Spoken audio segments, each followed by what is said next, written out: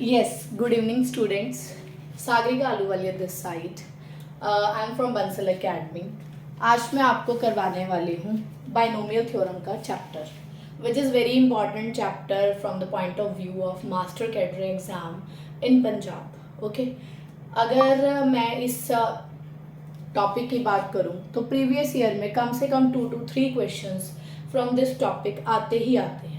Second thing कि बहुत ज़्यादा इजी क्वेश्चंस होते हैं.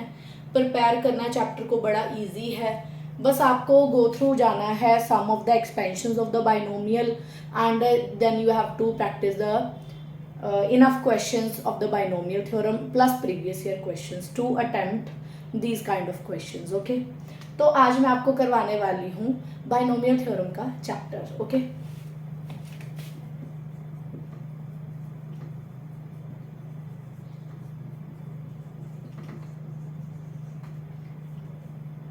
Yes. First of all what is binomial? जिसमें 2 टर्म्स होती हैं that is called binomial. And in this chapter मैं क्या करूँगी, जो भी मेरे पास बाइनोमियल है उसके मैं एक्सपोनेंट्स में इंटरेस्टेड हूँ कि वो मेरे पास क्या देंगे. फॉर एग्जाम्पल कि जैसे मैं आपको कहूँ a प्लस बी की power 1. First of all it is clearly a binomial because it contain 2 terms, है ना, a एंड b. तो it's first power is a plus B. Then a plus B का whole square is a square plus 2ab plus b square. And then a plus b का whole cube is a cube 3a square b 3ab square b का cube and so on.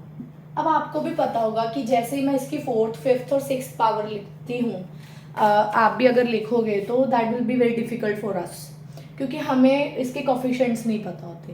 तो इन that case हम सब पढ़ते हैं pascal triangle. Pascal triangle क्या होती है? It starts with 1. इसके फर्स्ट मतलब कि स्टार्टिंग और एंडिंग में भी क्या रहता है 1. जैसे नेक्स्ट लिखूंगी तो यहाँ पे 1 1 फिक्स है. ओके, नेक्स्ट में भी 1 1 यहाँ फिक्स है, पर इन दोनों को ऐड करके यहाँ पे क्या आ जाएगा 2.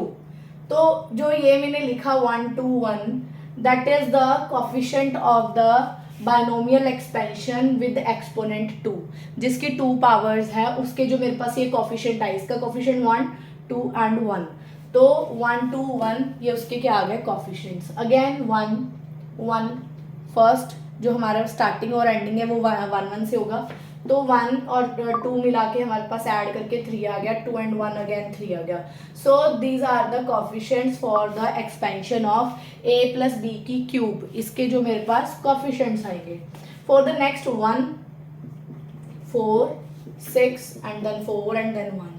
For higher power, that is this is for the third power, this is for the fourth power, and this one is the for the fifth power, and it is 5 10 10 and then 5 and then 1. Okay, तो ये मेरा fifth power के लिए हो गया. अब अगर मैं आपको कहूँ कि मुझे फिफ्थ पावर लिखनी है a प्लस बी की फिफ्थ पावर लिखनी है तो कैसे लिखूंगी मैं? यस एवरीबॉडी, तो सबसे पहले हम a की हाईएस्ट पावर से स्टार्ट करते हैं, that is a raise to power 5 से. फिर उसके बाद आएगा 5 कोफिशिएंट. अब अगली बार क्या करना है, इसकी a की पावर 5 है, इसको 1 कम कर दिया करो, साथ में b आ जाएगा. फिर आएगा 10.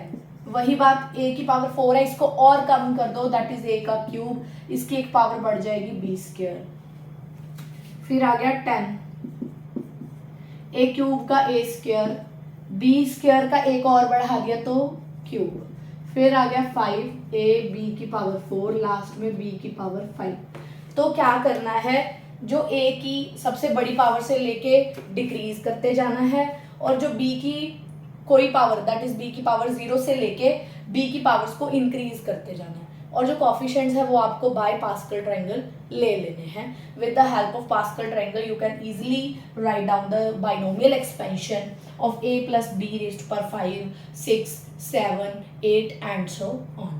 Okay, yes.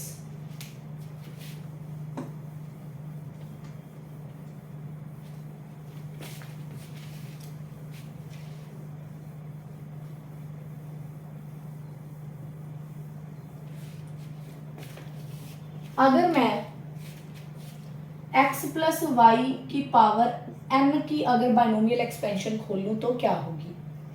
देखो, first of all it is very very important कि n क्या है, क्योंकि अगर मेरा n पॉजिटिव इंटीजर नहीं है तो there is the another binomial expansion which I will tell you कि कौन सी होती है।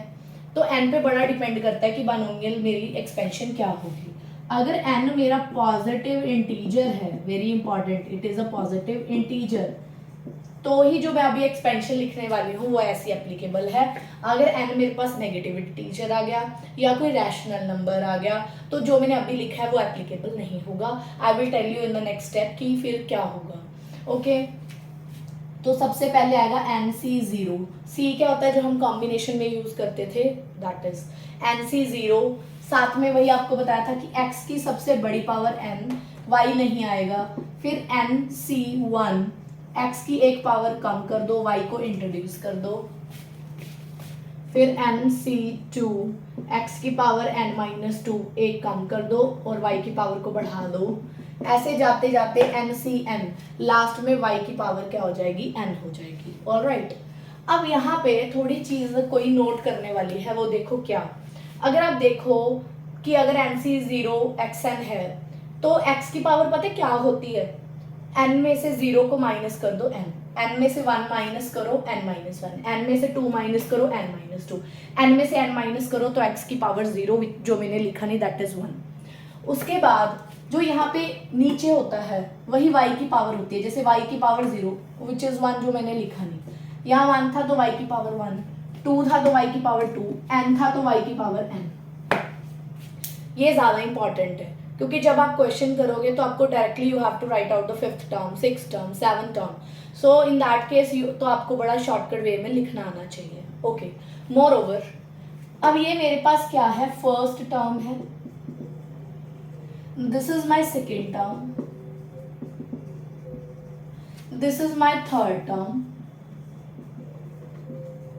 एंड और ये कौन सी टर्म है। ओके, अब आगे देखो, अगर मेरा n कोई पॉजिटिव इंटीजर है और अगर मैं x प्लस वाई की पावर n की बाइनोमियल एक्सपेंशन लिखती हूँ तो इसमें नंबर ऑफ टर्म्स कितनी होती है, n+1 नंबर ऑफ टर्म्स। साथ के साथ एक क्वेश्चन भी कर लेते हैं कि how many terms are there in x plus Y raise to power 10, find number of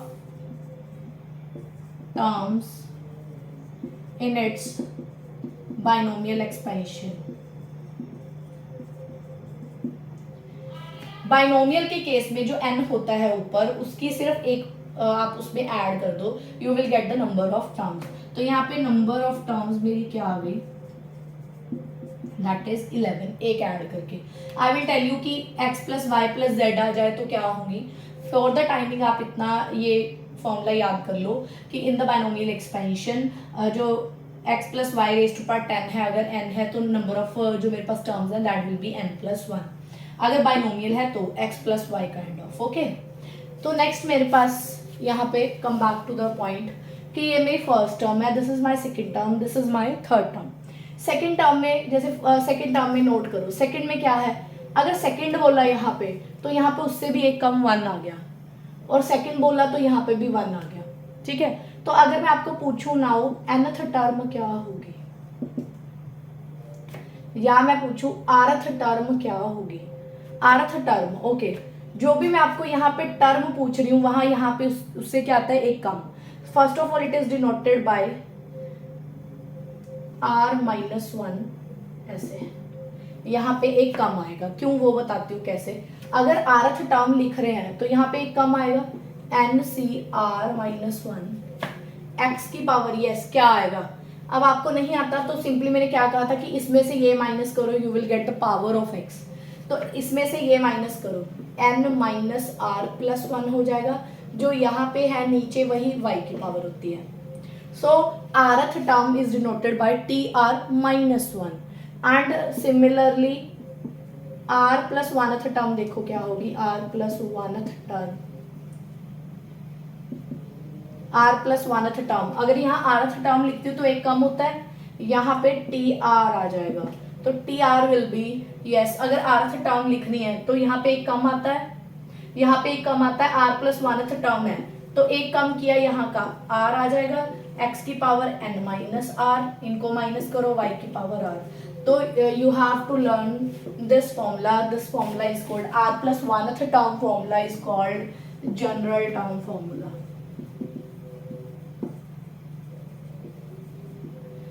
For example, in case of x plus y raised to power 100, अगर मैं आपको कहूँ राइट द 50th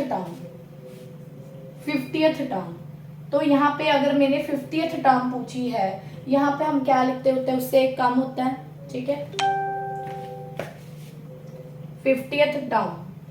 तो n ये क्या होता है मेरे पास, n जो ऊपर होता है, तो n c, तो यहाँ से एक कम आएगा, जैसे ये 50th टर्म है तो यहाँ पे एक कम, तो ये मेरे पास आ गया 49, x की पावर n माइनस 49, y की पावर 49, n की वैल्यू 100 है तो 100 c 49, x की पावर 100 माइनस 49, y की power 49। So this is the formula for the 50th term. All right, 50th term का ये मेरे पास फॉर्मूला हो गया। अगर आपको ज़्यादा कंफ्यूजन अगर किसी को होती है तो r प्लस 1th टर्म है, यहाँ पे भी आप r प्लस 1 लिख सकते हो, पर बस यहाँ पे याद रखना कि यहाँ पे r आएगा, यहाँ तो डेफिनेटली एक कम आएगा, यहाँ पे भी चाहे आप याद कर सकते हो कि rth टर्म के लिए tr लिखेंगे, पर यहाँ पे एक कम आएगा, ये चीज़ याद रखना बस, मेन तो हमें इससे मतलब है। ओके, तो अगर आपको 50th टर्म पूछे तो चाहे यहाँ t50 लिखो, but there will be 49। Okay, तो ये मेरे पास आ गया कि how to write out the, अगर मुझे पर्टिकुलर टर्म लिखने को बोल दिया तो मैं जल्दी से कैसे लिखूंगी। Okay,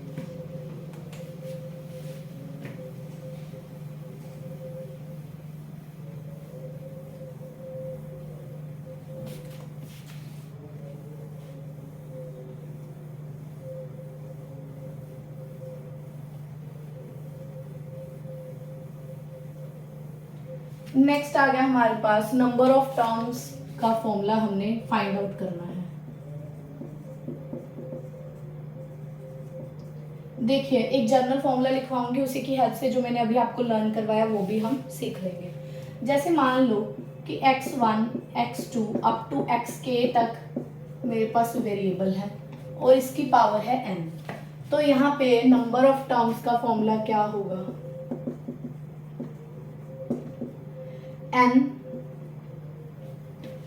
plus k minus 1 c k minus 1। ठीक है, this is the formula to find out the number of terms. मान लो जैसे अभी मैंने आपको करवाया कि x प्लस वाई की पावर n के केस में फॉर्मूला n प्लस 1 होता है, तो वो कैसे आता है वो सीखो। देखो 1 2 अप टू k तक वेरिएबल थे, यहाँ पे कितने वेरिएबल है, हाउ मेनी वेरिएबल, 2 वेरिएबल, तो k की वैल्यू कितनी होगी, 2 होगी। बस k का मतलब क्या है यहाँ पे कि कितने वेरिएबल है, x और y 2 वेरिएबल है तो k की वैल्यू क्या होगी, 2, वहाँ पे k की वैल्यू 2 रखो, तो n plus 2 minus 1 c 2 minus 1, that is n plus 1 c1। हाँ जी, हमें कॉम्बिनेशन खोलना आता है। n प्लस 1 c1 का मतलब क्या होता है कि अप टू इसको 1 प्लेस तक एक्सपैंड कर लो, दैट इज n प्लस 1 आएगा। So this is the answer, that's why in case of x plus Y raise to power n number of terms are n plus 1। ठीक है जी, अब next आ गया मेरे पास find the number of terms. Again the question you have कि x plus Y plus Z raise to power 6 है, इस केस में मुझे नंबर ऑफ टर्म्स निकालनी है। तो यहाँ पे वेरिएबल कितने हैं, this is like x1 x2 x3, तो how many variable are there, that is k equal to 3 आ जाएगा, n की वैल्यू क्या है 6। Now put these two values in the formula, तो n की वैल्यू क्या है 6 प्लस k की वैल्यू क्या है 3 minus 1 c 3 minus 1, that is 8 c2, तो 8c2 कितना होता है 8 इंटू 7 डिवाइड बाई 2.1, तो ये आ गया 28। So there will be 28 terms, जब मैं इसको क्या करूंगी एक्सपैंड करूंगी, there will be 28 terms. Alright,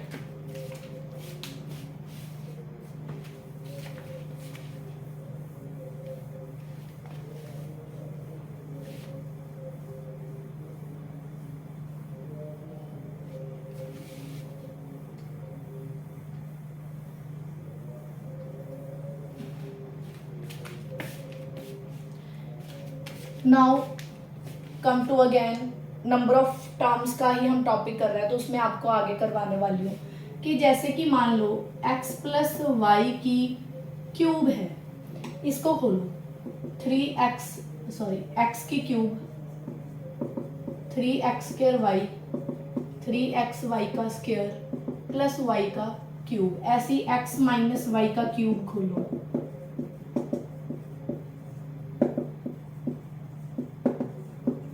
ये आ गया। माइनस के लिए सिंपली क्या होता है, यहाँ माइनस आ जाता है। अगर मैं इसके आपको जर्नल एक्सपेंशन कराऊं कि what is the general expansion of x minus y raise to power n if n is positive integer that is nc0, वही इसमें से ये कम किया तो n, y की पावर 0 आएगी that is 1 which I am not going to write. Next आ गया माइनस nc1 x की पावर n माइनस 1, जो ये है ये ऊपर आ जाता है, प्लस nc2 x की पावर n माइनस 2 y की power 2 and so on. Last में आ जाएगा माइनस 1 की पावर n, तो यहाँ पे आएगा x की पावर लास्ट होता है हमारे पास ncn, x की पावर तो 0 हो जाएगी, y raise to power m।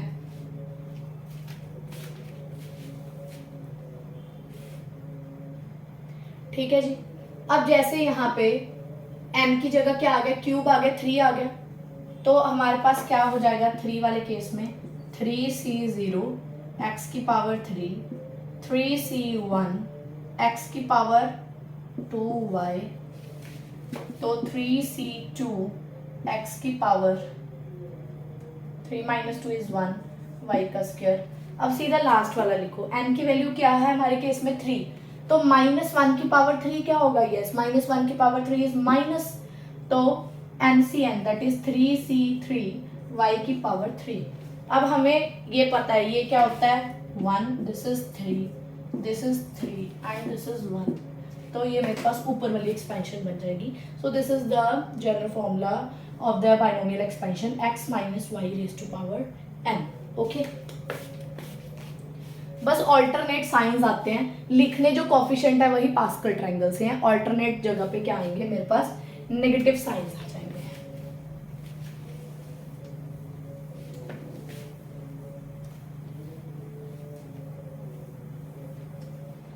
Yes everybody, अब मुझे नंबर ऑफ टर्म्स का फॉर्मूला करना है।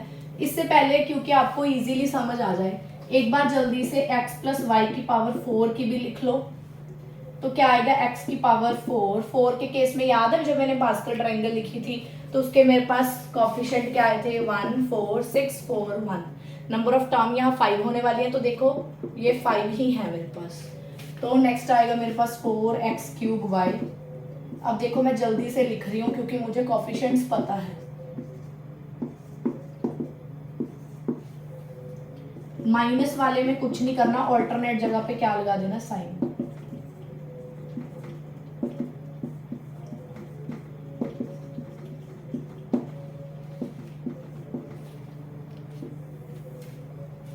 So these are two expansions. Okay.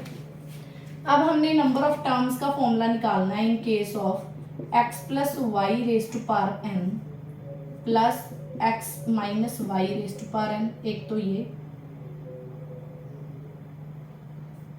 अगला x plus Y raise to power n minus x minus y raise to power n। एक plus और एक plus और एक माइनस के केस में। ठीक है जी। देखो अब यहाँ पे जो मेरा n है वो ऑड हो सकता है, इवन हो सकता है। सेम यहाँ पे n मेरा ऑड और इवन हो सकता है ना। अब यहाँ पे देखो, आप सबसे पहले in case of the odd, चाहे आप दोनों को प्लस करो, चाहे आप x plus Y raise to power 3 x minus y raise to power 3 दोनों को चाहे ऐड कर लो, तो भी आपके पास नंबर ऑफ टर्म्स कितनी आएंगी 2। चाहे आप इन दोनों को माइनस कर लो तो भी आपके पास कितनी आएंगी 2। तो अगर आपके पास जब भी ऑड है तो उस केस में नंबर ऑफ टर्म्स का formula always be n+1 divided by 2 n+1 divided by 2। सीधा इसको लर्न कर लीजिए।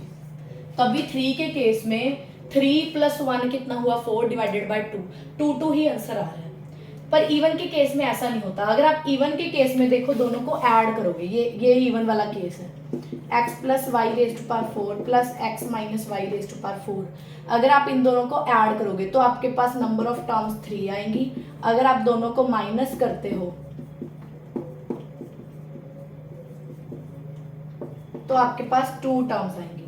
तो देखो अगर प्लस का केस है और इवन है, अगर प्लस का केस है और इवन है तो हमारे पास क्या आएगा, ये देखो इवन के केस में दैट इज 4, तो पहले इसको डिवाइड बाय 2 +1 करो क्योंकि प्लस वाला केस है। माइनस वाले केस में चुपचाप इसको जस्ट डिवाइड बाय 2 कर दो। ये हमारे पास फॉर्मूला है। ऑड के केस में n+1 डिवाइडेड बाय 2 और इवन के केस में क्या करना है, अगर तो प्लस है तो +1, अगर माइनस है तो ऐसे छोड़ दो n/2। अब यहाँ पे देखो ध्यान से, n इवन था 4 था, तो अगर आप प्लस वाला केस देखोगे इवन के केस में तो 4 डिवाइडेड बाय 2 +1 3 आ गई ना, ये देखो। अगला ये फाइंड करो माइनस के केस में, तो simply n/2 that is 4/2 2 terms, बिल्कुल 2 आ रहा है। ठीक है जी। तो इस तरीके से with the help of this short formula we can find how many terms in x+y⁴n plus x-y⁴n and in case of the negative. बस ऑड और इवन का आपको याद करना है, अदरवाइज एवरीथिंग इज सेम। और मोर ओवर अभी हमने जो फॉर्मूला किया दैट इज फॉर द, अगर मेरे पास k वेरिएबल है उसकी पावर n, तो आज हमने सीखा कि how to find out the number of terms. ठीक है जी, बाकी हम नेक्स्ट लेक्चर में करेंगे बाइनोमियल के। Further there are more important topics which we cover in the next videos, and for the time being thank you so much from the Bansal academy.